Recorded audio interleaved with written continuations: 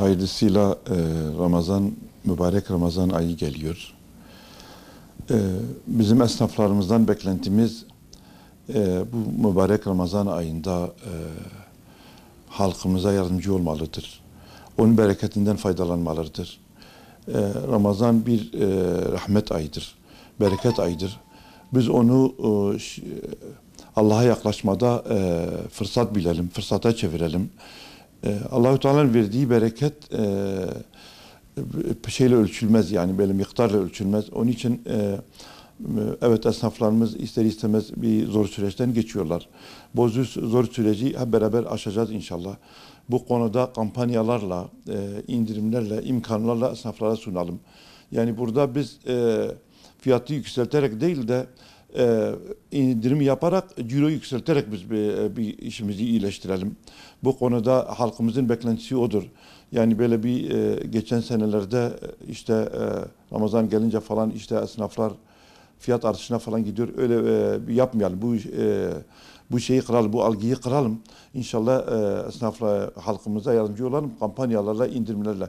Bu bambaşka bir güzel olur. Yani bir güzellik olur. Bir sosyal dayanışma etkisi de olur. Esnaflardan beklentimiz budur. Ticaretle uğraşan bir peygamberin ümmetiyiz. Peygamberimiz Aleyhisselam ticarete çok önem verirdi. Ticaret ahlakına çok önem verirdi.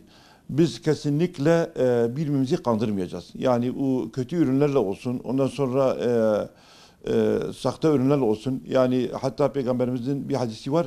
Bizi kandıran bizden değildir. Onun için biraz ahlakı yozlaşma olmuşsa da inşallah bizim esnaflarımız buna dikkat etmeliler. Çünkü Peygamberimiz Aleyhisselam ne söylemişse doğru söylemiştir ve bizim faydamızadır. Biz onları tatbik ettikçe biz daha çok mutlu oluruz, daha çok faydalanırız ve işimiz bereketlenir.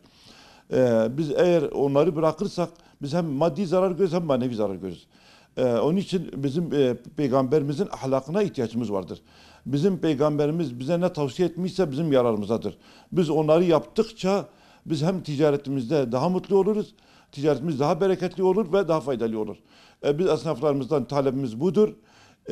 Dürüstlüğü, efendime söyleyeyim temiz malı, iyi fiyatı, uygun fiyatı tercih etmeleridir ve bu konuda ticaretlerini yapmalıdır. Biz müşterilerimizi ailemizden biri gibi karşılamamız lazım. Yani güler yüzlü mü olacağız, güzel ahlaklı mı olacağız, ondan sonra güzel karşılayacak mıyız sözlerimizle? İnşallah bunun faydasını göreceğiz. Yani bu zaten normal ticaret şeyde de, ticaret adamında da, ticaret ahlakında da ve stratejide de bunlar çok önemlidir.